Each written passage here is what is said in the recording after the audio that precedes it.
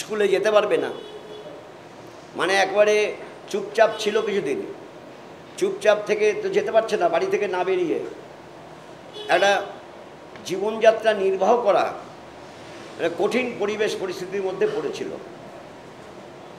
তাকে কৌশলী কায়দায়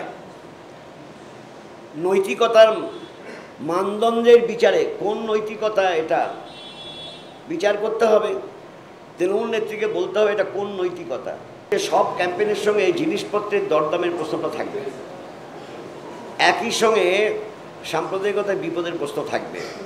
এবং এটা বলেছি আমরা 29শে ঈদুল ফিতর পর্যন্ত আমাদের এইটা কর্মসূচি, এরপরে আমরা কর্মসূচি বলবো, সেটা আগস্ট মাসের কর্মসূচি আমরা ঘোষণা করব। এরপরে নেক্সট লেফট মিটিংয়েই কর্মসূচি নিয়ে আমরা ঘোষণা করব।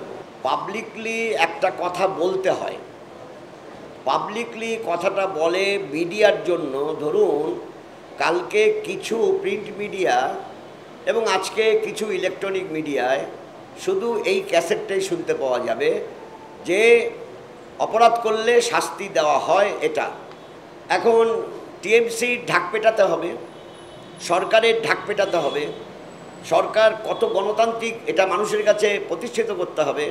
তাই অন্যায় করলে শাস্তি দেওয়া হয়। কি শাস্তি হয়েছে অনুব্রত মণ্ডলের বাংলার মানুষ জানে না, বাংলার মানুষ জানে না মনিরুল ইসলামের কি শাস্তি হয়েছে, বাংলার মানুষ এটাও জানে না যে সাংসদ তাপস পালের কি শাস্তি হয়েছে।